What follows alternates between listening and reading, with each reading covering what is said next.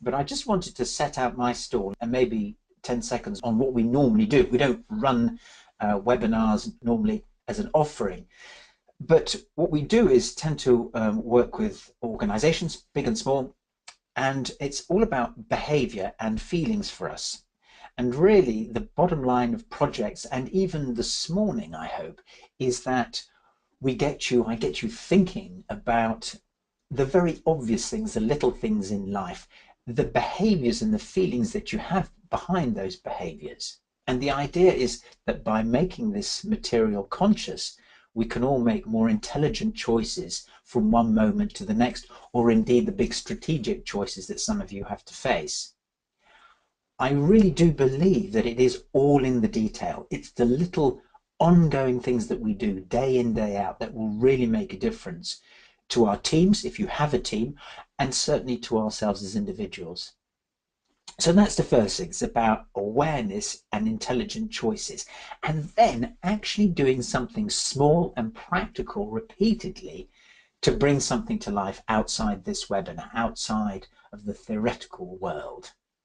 So that's really why I'm here, is to provoke some thought. Now, normally we're working with people, we're working what's going on in the room and with reactions. Now, obviously, we're limited by the medium, and it's a lot of me talking at you. But I hope you'll join in the way that we can, which is to write things in the questions tab, and then for me to respond to. Now, I don't expect you, and I don't particularly want you to agree with everything that I say.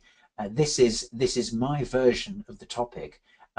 Based on a fair amount of experience, but you will also have your own experiences and views, and I'm very happy to tangle with those and to be corrected. My aim in particular for today, to do with the topic customer care or customer service, who cares, is to get you to think in very simple terms. This is a topic which is absolutely huge. Organizations spend millions trying to get this right, and I really do think there's a huge element of simplicity to be observed here. Avoided, I almost said Freudian slip. Observed. Simplicity, I think, is where it really lives. It's also about getting people thinking, which is what I hope to do today, and to do something on an ongoing basis. And towards the end of the webinar, we're going to be going into what happens when we have campaigns as such. So whether you head a division of 2,000 people, you have a customer care team of 5, you don't have a team at all, but you might be responsible for actually getting teams to do things, you're extremely welcome, and your thoughts are really, really valuable. And I'll share as many of them as I possibly can. Okay, so let's get started. Okay, so first thing, caring versus service. And this is an interesting one that is really, this line of thinking was provoked for me very recently. I was reading a number of issues of the Harvard Business Review. You know what it's like, we all get bombarded with them. But what was really interesting to me was that the word service turned up a lot and care didn't really turn up. So I just wanted to start off by defining what I think the difference is. So in my very simple world, service is about getting the right thing to the right person and actually trying to do it without running over the cat. The caring bit is about connecting with the people who are asking for the service. And I'm going to come on to why that is so important. But right now, service is all about stock responses, procedures, standardization, mechanistic thinking, and responses. Now, of course, I know that organizations have to have scalability. But the problem is that we can spot when we're part of a system and we're not impressed, but we endure them either because it's cheap or because it's convenient. But the problem is we don't feel any loyalty or emotional pull towards an organization who treats us as a component in their algorithm. So what is customer care?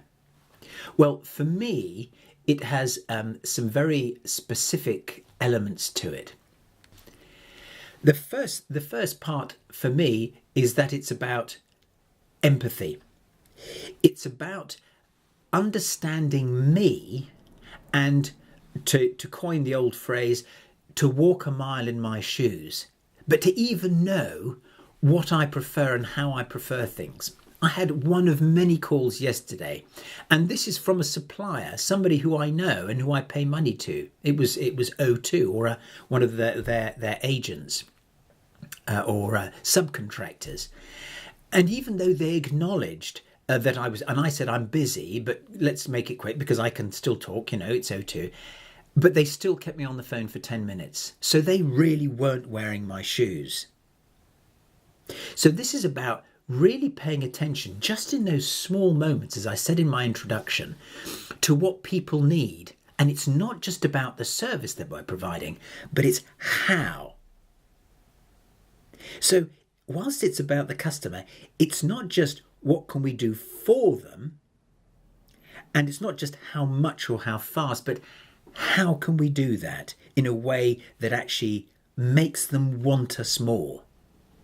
It's about understanding them before we try and sell something to them, really getting where they might be hurting, listening to them during and paying attention afterwards, particularly if something has gone wrong.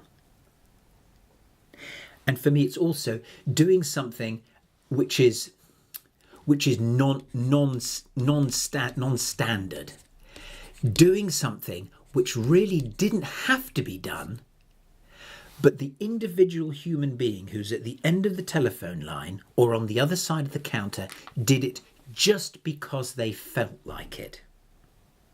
And that is where I think, if we can use the word excellence, service excellence, customer care excellence really comes in. So one question that you may be asking yourself, and organisations I'm sure do ask themselves, is it more important to spend the money on the people, all the faults that they have and all the irritations that they bring? Or is it more valuable to spend money on the machines, the things that actually don't get tired, don't get fractious, always turn up for work? But the fact is, the machines can't do anything that we don't tell them to do. And we all know, even with a passing idea of neurochemistry and brain chemistry and all that kind of stuff, we know that computers can't possibly keep up with our level of judgment, with the empathy that we can have with another person just because we picked up something in their tone of voice on the telephone or even in the tone of an email. So spend money on the people, spend money on the machine, spend money on the people. And here are 3 reasons why. The first one is that your product can be copied. It doesn't matter how good you are or how clever your widget is, how brilliant your algorithm, it's only a matter of time before somebody copies it. Sometimes it will break. It will just cease to function or not do what the customer wanted it to do. And the fact is that only the people, even those irritating people who must sometimes be the bane of your life, if you're an HR director or head of customer service, they, for all their imperfections, are the only ones who can put it right at a human level. And I'm going to come back to that when we talk about training in a moment. But here's an example of a human being putting it right. I bought a very expensive Bakelite socket. We're doing lots of renovations to the house. Now this thing cost a fortune. It's something like £35. It's a stupid amount of money. But I was so chuffed when it arrived. It had been beautifully wrapped. So I switch off all the power, you'll be glad to hear, connect the wires, and I know I'd done it right because there's only about 3 of them, and then popped it back on the wall. Tried to plug something into it, didn't work. So I was extremely fed up. As you can imagine, it was right at the end of the project. It was the crowning glory of that particular little bit of wall anyway. So I phoned them up, and this little old lady at the other end, and I can say little old lady because she was really, really old. She's about as old as my mother, about 85. And I thought, wow, I didn't expect that. Actually, I did expect it because it was the little old lady who'd sold me the socket in the first place in a tiny little firm in Wales.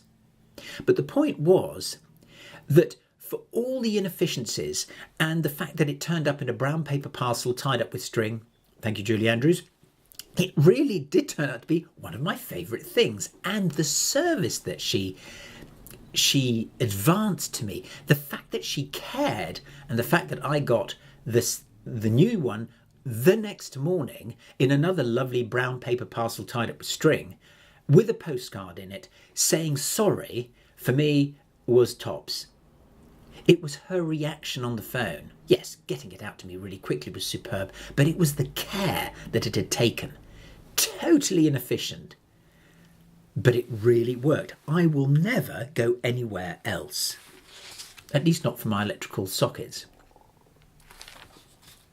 Now let's talk about the customer, because one of the things that turned up in the Harvard Business Review article, and is in fact turning up in projects that we're doing in the city and in the country, and even out of the country in lots of different and very different industries, is who is the customer here? So this is confusing. Well, I suppose much of the confusion is because the chain, and we're going to be talking about chains in a moment again, the chain between the person who buys and the person who delivers and the person who makes has got very, very large indeed. Because we have things instantly, we have things customized to a degree, but we can get things from all over the world. There are very many more people involved in that value chain. So how do you decide? How does any single person in the chain decide who they are really serving? For example, in a chain of care homes, for example, in a whole collection of care, maybe 10 or 15 care homes, the person in the home may think that they are the customer. The relative of the person in the home may think it's them. If you run an insurance operation, it gets even more complicated. We're working with the London insurance market at the moment, and the problem that they have presented us with to talk about and to discuss with their members is, who is my customer? Now, the policyholder will think it's them. The underwriter will think it's the broker. The loss adjuster will think it's the insurer. The claims advisor will think it's the policyholder. The reinsurer will think it's themselves. And the engineer fixing the broken tanker, house, car or road will have everyone shouting at them to hurry up. So, who is the customer in each case? Well, you'd think that it would be obvious or more obvious in certain scenarios than others. Let's take a completely different one. Let's not talk about insurance or care homes or places that make widgets. Let's talk about something that we're all familiar with. And if you've been around a little bit like me, you almost have certainly had a job waiting on tables in a restaurant. Now, you'd think that a restaurant is one place where the customer's identity is clear. The customer is obviously the one sitting down out front with the menu in her hands. And that's wrong. And here is a perfect illustrator for me of how to decide who your customer is. Because actually, if you are a waiter and you annoy the chef, you guarantee that your customers at your tables will get their food last. So actually, my customer is not only the customer sitting down at the table, but it's also the chef. I have to be nice to her or him, and he needs to be nice to me so that I deliver his food to the table in one piece.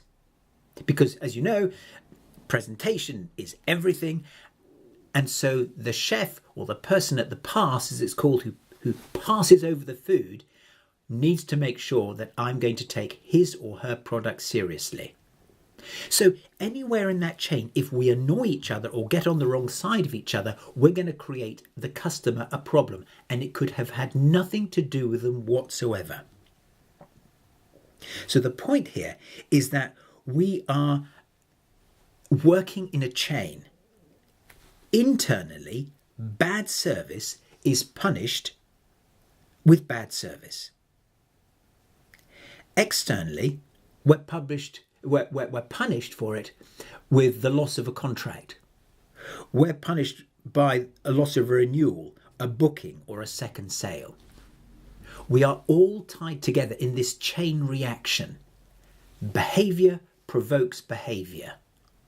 And that, for me, is at the centre of deciding who the customer is. My customer is whoever I touch. And it could be someone up the value chain as well as down it. We're going to come back to this theme in a few moments.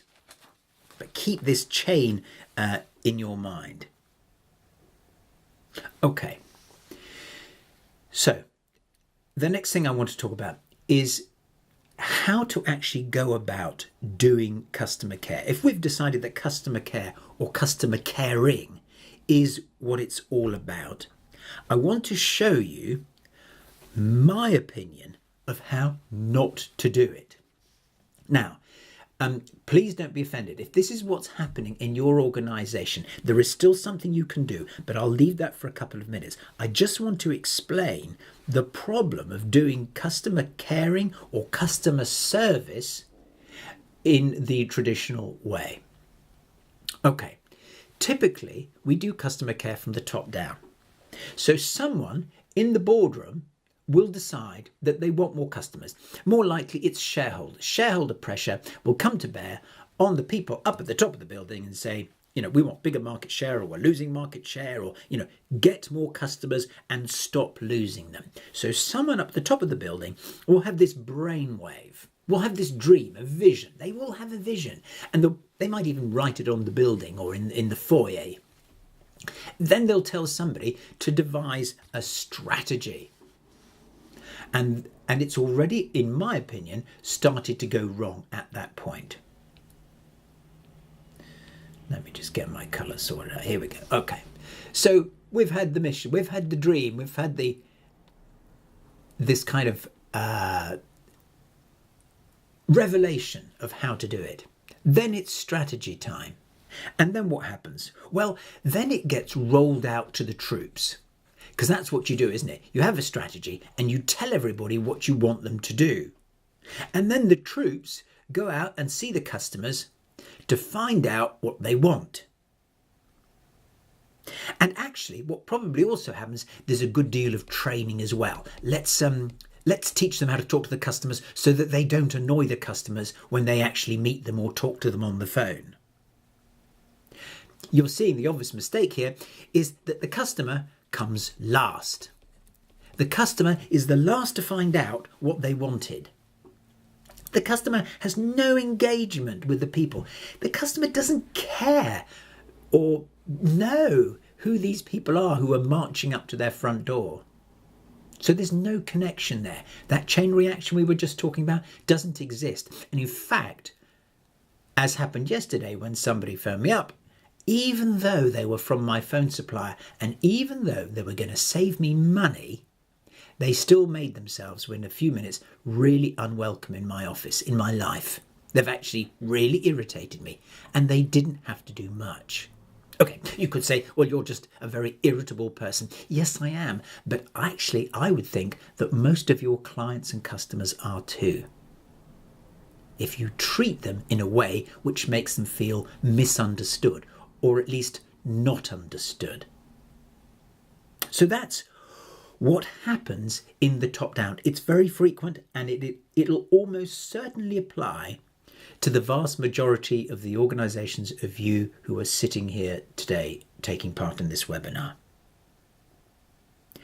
But it doesn't necessarily have to turn into a total disaster there. However, here's a couple of things to bear in mind about why this doesn't work. This doesn't work because you can't actually train or tell people to be genuine. You can't tell people or train them to care. You can't expect them and tell them to make personal sacrifices like staying on for extra time. You can't make people believe in the offering or in the whole point of coming into their jobs and doing something amazing. You can't make people do something fabulous when nobody is watching, unless they really want to. So that's why top-down doesn't work, because the people won't really see the point. There won't be any connection. That paper chain of people holding hands won't exist. It's just an imposed cerebral set of thoughts that the people, your people, won't have any connection with at all. Now, having said that, if you are stuck with this situation where it has been done top down, it's not the end of the world entirely.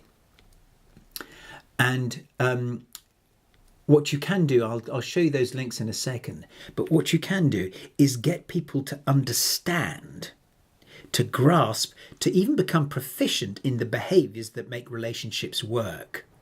Don't train them to do it. Get them talking to each other. Facilitate some sessions. Best still, get your people talking and listening to customers. Get them visiting customers. Get them phoning them up.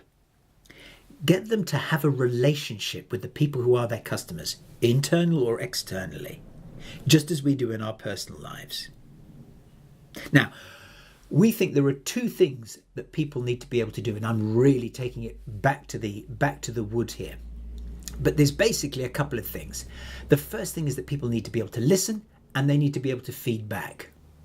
Now, if you can't, I can't cover it this morning. But what you can do is go to these links.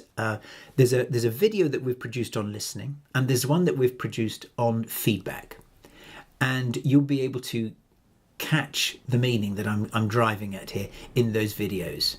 They last 2 minutes, and they will give you some really essential tips for how to get people listening and giving each other feedback. The listening is about listening to the client and listening to each other, but the feedback, which I'm going to come to in a moment, is about supervisors and managers and leaders being able to give feedback to their people, but also their people being able to give feedback to them about what's working and what isn't working.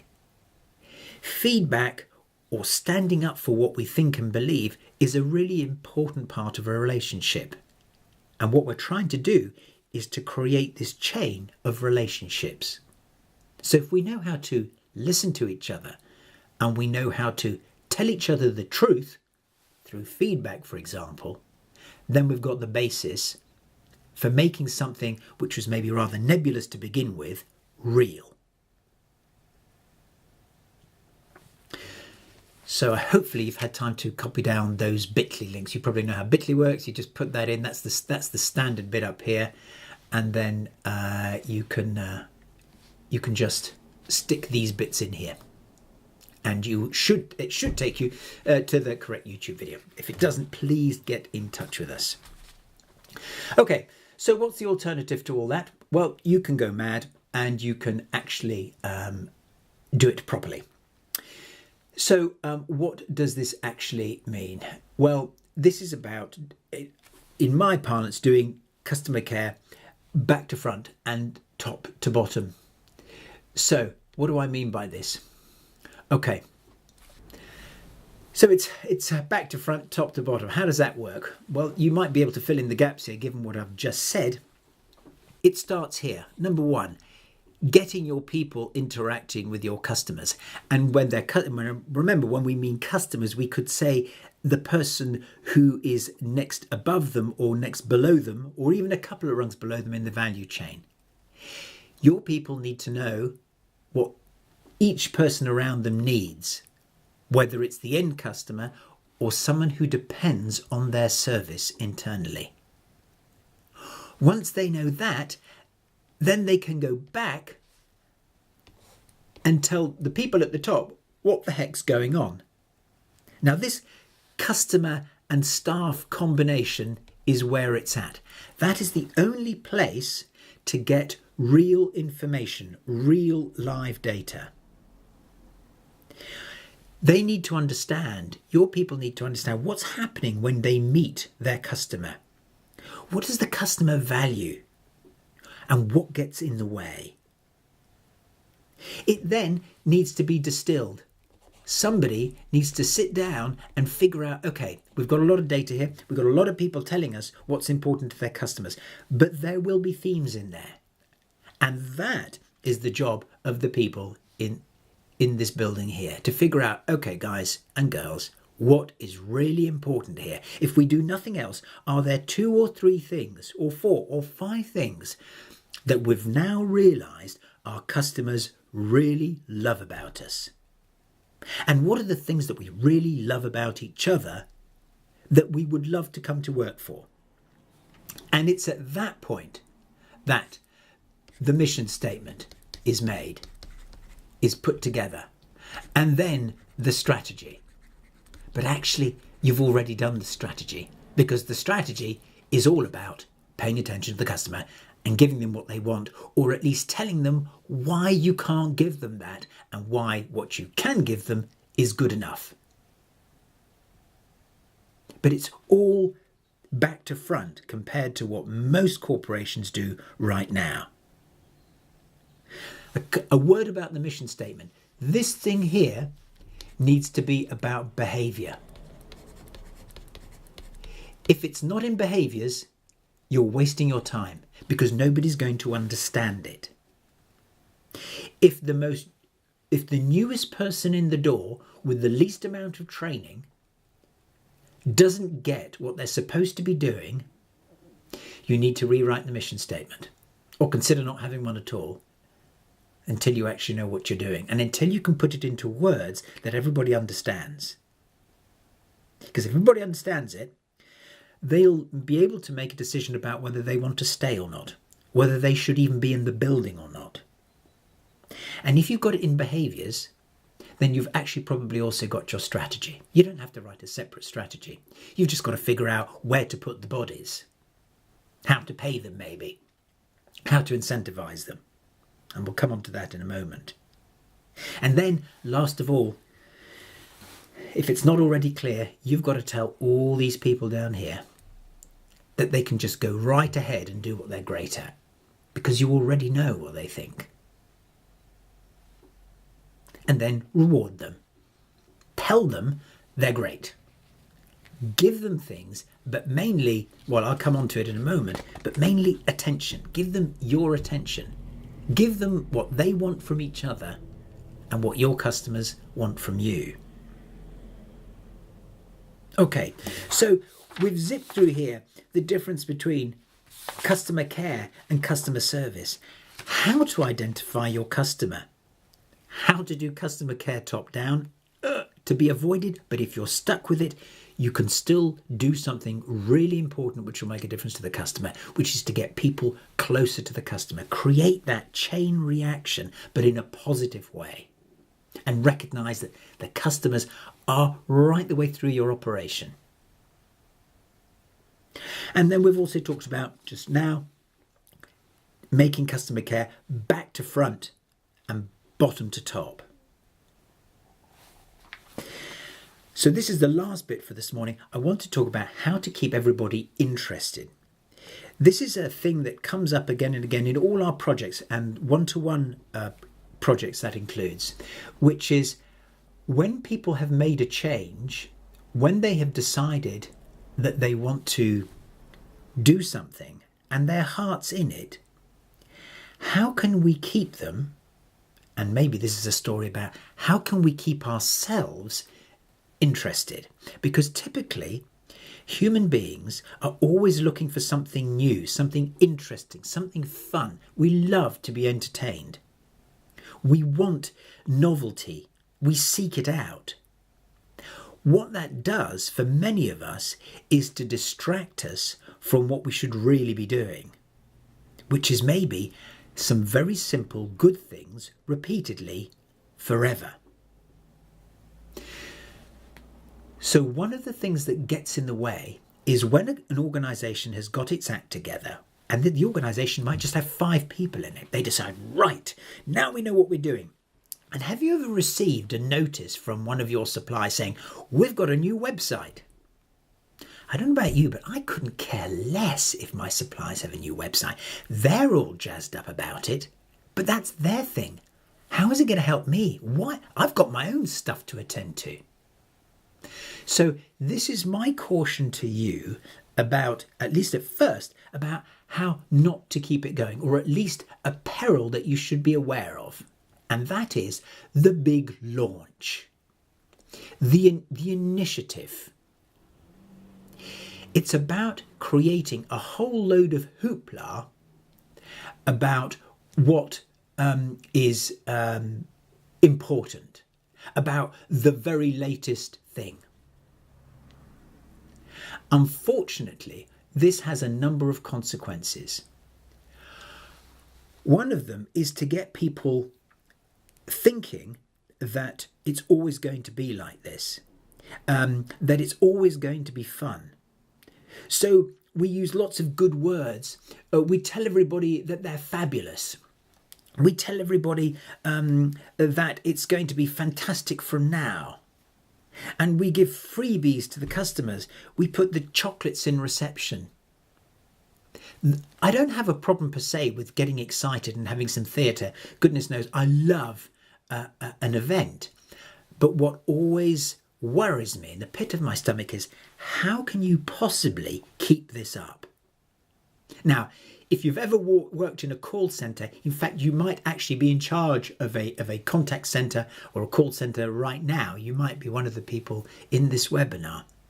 You will know that you are constantly finding new ways to keep people having fun, quote unquote, engaged, excited. It's the devil of a job. So it's really important to do things in a way which is genuinely sustainable.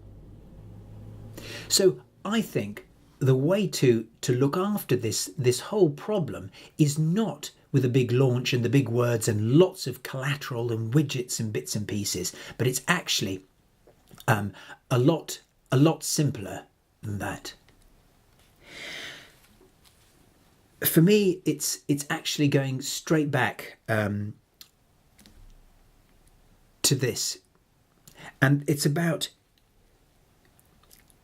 being consistent, constantly sending out messages from the top about what's required. It's about keeping people doing it day in, day out.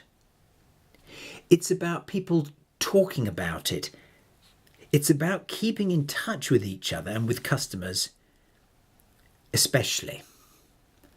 And I've gone back to this picture rather than creating a new one because I think this is symbolic of how actually really good customer care is sometimes, it's always repetitious.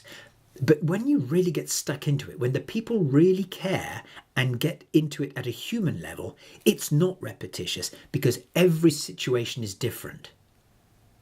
So this is back to the simplicity thing, keeping it simple and realizing that it's just part of making customer care is making relationships work. The other thing we need to do is to make sure that there are consequences. So it's about consistency and it's about consequences. The consequences are for leaders to administer and for colleagues too, by which I mean feedback. Coming back to that, we need to be able to tell each other when something's gone really well and get expert, brilliant, consistent at saying well done.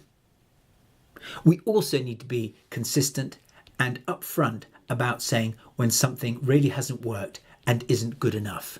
We have to be able to give negative feedback and to have it received in a way which is non-punitive. And also we need to get people to be thoughtful, to be really genuinely present,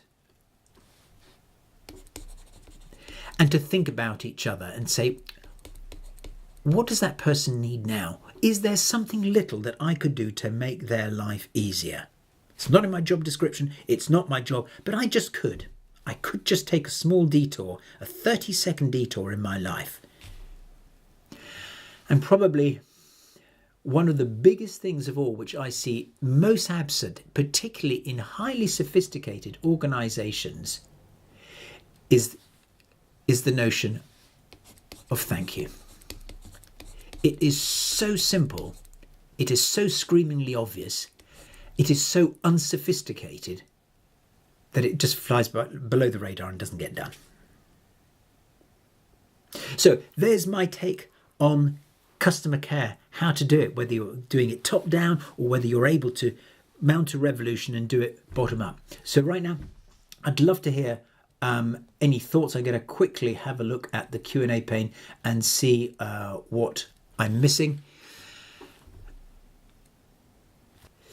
So we have one question here, which is about people who have been in the organisation a long time. How do you get them to understand why they should change the way that they do things? For me, it's about treating them like a customer who doesn't quite get you, or you have lost touch with, or you've annoyed. So an internal person, I think, deserves every bit of attention that you would give to a customer who was unhappy. So if people who have been around a long while, they might not necessarily be old, they might just be very experienced, have sort of grown up in the company, aren't getting it, they need to be listened to. You really need to pay attention to them and find out what's going wrong for them. Because they're part of the value chain, they need to be paid attention to. They could have some really important things to say to you about where it could be better for the customer. So these people who appear to be obstructing, they're not. It just means that you're just not serving them right. And you do need to get them to change their minds. But the way to do that is to listen to them, is to pay them a lot of attention, just as you would a valued, high potential, high earning customer. Okay, another one here from Sam. The staff I teach customer care to are on minimum wage, and your quote, "when it's not in my job description," is something I hear often. How can I counter that? Wow, Sam, that's or Samantha. I don't know if you're a Sam or a Samantha. I'm going to go for Samantha, and then I can't go wrong there.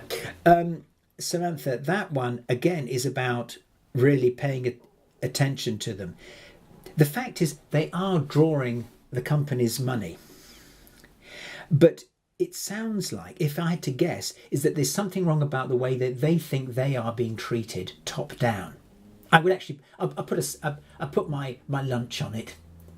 So they really need to be listened to. And it would be best of all, go ahead and do it yourself, but get the most senior person in the room that you can. And not just once, as in with the big launch, the grand gesture, but again and again. And get the people who are actually customer facing on minimum wage very connected with the people at the top, because the people at the top have a huge amount to learn from them. But your bosses are going to have to be humble. And if they're prepared to do that, then they're not going to run into the sort of car crash that they had at Sports Direct very recently, which looked terrible and it was a terrible way to treat people. That conversation needs to be really brought forward. So, but thank you very much indeed, Samantha, for that one. That's a cracking question. Christopher, Chris, if it's the one I think it is, lovely to hear from you. It's really difficult to get people, here we go, thinking of their colleagues as customers. Yeah, I agree. It is. I've just been doing a project with a client who used to be back office. They demerged, and the back office became a customer service centre. They became a shared services company, and they really struggled to detach from the memory of having colleagues, because all of a sudden the people who were their colleagues were being really nasty to them. And that was because their former colleagues were having a huge amount of pressure put on them by customers because their colleagues didn't know how to be customers. So one way to get around this is to get them in the room together in small groups and talking about it and not trying to do anything grand about it, but trying to listen to each other. So you can even take the word, Chris, you can take the word customer out of the equation altogether. Call them colleagues. They don't have to have that rammed down their throats, but they do need to talk to each other and find out how they're holding each other up and how they're impressing each other. Thank you very much for that question, Chris. Simon, I'm going to do this as the last question for now. We'll go into injury time afterwards because I want to end on time. Simon says, I think that how we rate a company is based more on how they react to problems than when things are going well. Absolutely right. Your example illustrated this very well. Not that we want to create problems, but it speaks volumes about our true attitude towards our customer. I think you are so right, Simon. I think problems and things that go horrendously wrong sometimes are the perfect opportunity to really reveal ourselves for who we are and what the lengths that we're prepared to go to rectify things, to really have a connection, a human connection with a person out there who might be thousands of miles away, who we might never meet. But there's something, particularly now in this electronic remote age with these very long value chains, that if somebody, a little cog in that value chain, one of the paper links, actually, to use the phrase, reaches out and sends a personable email to the customer, it can make all the difference. It can totally retrieve the sale, the customer relationship, the customer lifetime, which could extend for years. But yeah, thank you, Simon. Okay, I'm going to just revert for a moment to my script. And then I'm going to stick around, as promised, to go into some other questions that, and there are quite a few of them queuing up. So I don't want to skip over those because the ones that have appeared so far have been terrific. So in summary, final thoughts. For me, it has to be from the top. If they are prepared to listen to this notion of connecting with the customer, if they're prepared to talk to customers, if they're prepared to really make, quote unquote, that hackneyed phrase, the customer king, everyone's a winner. Secondly, it's about keeping people knowledgeable, using fresh knowledge, real knowledge from the customer, from the rock face, acknowledging the chain. It's about listening, and it's about caring, and not about procedures, other than the ones that facilitate caring. So that's what I have for you. Thank you so much to you all. It's 10:15. It's got there just. I want to thank Nicola for all her hard work. She works tremendously hard behind the scenes every month. Turning the handle, all the technology and everything is down to her. So I want to say a big thank you to you, Nicola, but especially to you for entrusting us with your 45 minutes, with your Friday morning. Thanks very much for joining. Continuing the customer care theme, next month I'm going to ask you to come up with a title on the basis that you know what you want. If it's something to do with customer care, it would be fantastic. If you want to dive into some detail on the behaviour and how to get people to change mindsets, I'd be delighted for that. But bombard us with ideas and we will definitely use your ideas.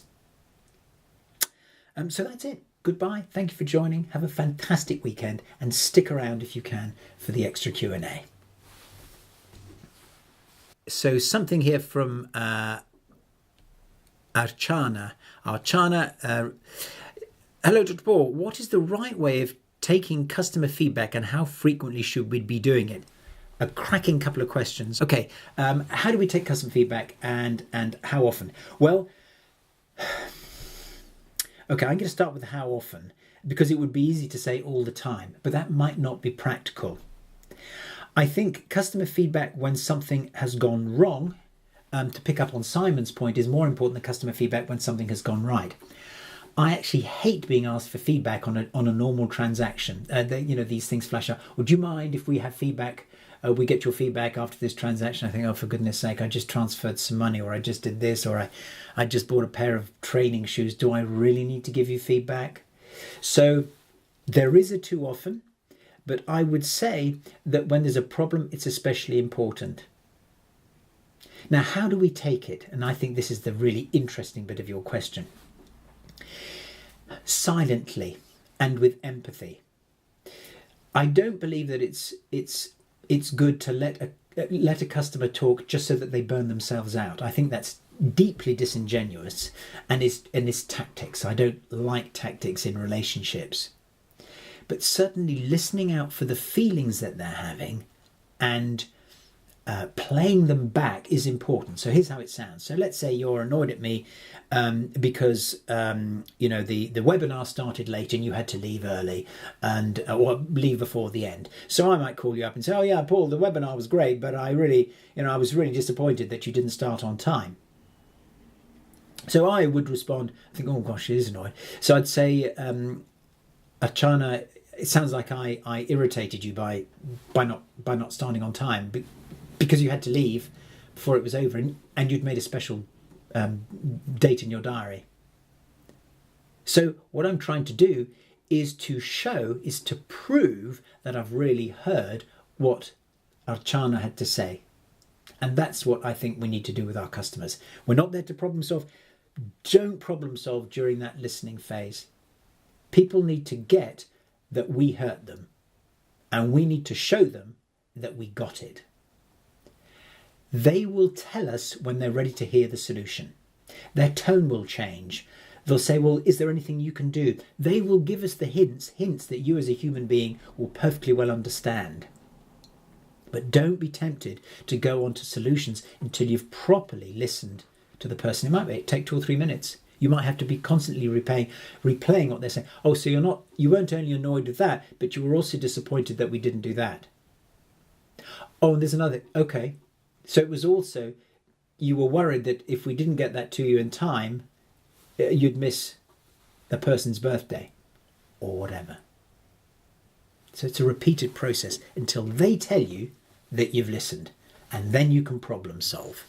Fantastic question, Archana. Thank you. Samantha. Okay. Oh, Samantha. Oh, thank you, Tommy. It was Samantha. Great. Good. Phew. I'm glad I did it fully. Okay. I'm just looking for questions. Thank you, Jackie. Oh, I just rubbed out a question by accident and I didn't see who it was. Ouch. So if I don't answer your question, yours was the one I rubbed out by accident. I apologise. Please come back. I've got one here. Paul, do you consider, so this is Paul F, do you consider the prolific use of email these days a threat to understanding your customer? Absolutely. If so, what strategies do you recommend for overcoming that threat? Tricky one. It sounds like you come from a big organisation that has a lot of customers and you do a lot of email. So I suppose you've got to triage. You've got to decide which is the really, really important stuff, because you can't spend all your day phoning people up. If you can, do. The first thing is that the internal email is just as important. So if you get an email, one way to break the chain is don't respond with an email, respond with a phone call. Phone calls are actually a lot quicker, I find. You don't have to be so careful about trying to strike completely the right note or tone in your email. Just pick up the phone. And you will then hear more and get more data and more genuine reactions than you will in a whole chain of emails. So here's what I'm saying to you: break the chain if you can, as often as is practical for you, because then you will learn a lot and you'll be able to give a lot. So thank you for that one, Paul. This one, Simon. For me, the key to one's employees giving great customer care is that it's an extension of how they feel about the company. If we engage our people, they will give extra discretionary effort. I'm just going to take this Q&A pane out into the middle of the screen. Here we go, so I can see it more. To do this, they need to see the connection between their personal contribution and the company's goals. Yeah, I get that, Simon. And I'm wondering if that's you've this said. Oh yes, to engage. Yeah, to engage our people, we need to show them that we trust them, and this can be a big change for some companies. Yeah, that's really interesting. That notion of trust often comes up, Simon. To give them enough autonomy to use their discretion and to make that human connection with their customer. So the autonomy bit is also true, absolutely, and that goes back to trust. If the company is not prepared for their people to make some mistakes, then it is going to grab too much control. And that's a really good point you've actually made there, Simon. The more control that is retained at the top, the less chance the organisation has of getting all of its people talking to the maximum number of customers. So that it's a chain breaking strategy to retain control at the top or at the centre. But thanks for your point, Simon. Okay, what else? Colin, we want the customer to talk about how well a problem was dealt with rather than the fact there was a problem in the first place. Absolutely, Colin. Then they become advocates for us. That I think is it for the questions. If you have one that you want to ask me, but it's too long to type, you can always give me a buzz. So given that that's I think that's it. We're in. There we go. Colin has something to do. Has something to say. I almost went there. In relation to comments on email versus phone calls, this is Colin who's writing this. While in general I agree, it's important to note that some customers prefer email and are not always in a position to take calls. You can risk alienating the customer by hounding them with phone calls. Good point. You're using your judgment, and you will know that some people just don't like to be. They might take it as an ambush. So I totally get that. I suppose the original question might have had more to do with, if there are customer queries, and I guess it depends how big the query is and how often they come, then sometimes a phone call can be a breath of fresh air where somebody doesn't expect that level of service. But Colin, I totally get your point about not ambushing or hounding people. Chris Clark, I always think the really irritating thing is that when the customer wants to talk about the awful thing that happened this morning, when the customer service person, what the serial number, etc. You're right about, I think he carries on. What's the serial number? Okay, so yeah, I'm just trying to catch your meaning. And you might enlighten me there. I'm not sure I picked up your drift, Chris. Martin, I manage a team of engineers who are charged with satisfying product requirements. How can I make them feel it's okay to spend some time getting to know their customer rather than considering it wasted time that could be spent making product offers? Martin, cracking question. Okay. One thing you might do to give them some encouragement is, rather than trying to tell them to do it, you might actually get some customers in, and happy ones, unhappy ones, or even prospective customers in, invite them in for a cup of coffee and a bun and start holding some forums so that your guys can see that they will have more fun designing products that the customers really want. So by connecting your customers and prospective customers with your technical guys, with your engineers, they will see that actually talking and listening to customers is really cool, because it's an R&D function in itself. So that's what I would do. Get them physically in the building, having tea and coffee and buns together. Invite them to lunch. Have workshops connecting your engineers with the customers. So that's what I would do. Great question, Martin. Simon says thank you, Simon. Oh, here we go. Okay, Chris, now I understand you. So Chris writes, it's awful when the customer service person wants the information that helps them rather than expresses concerns about the product.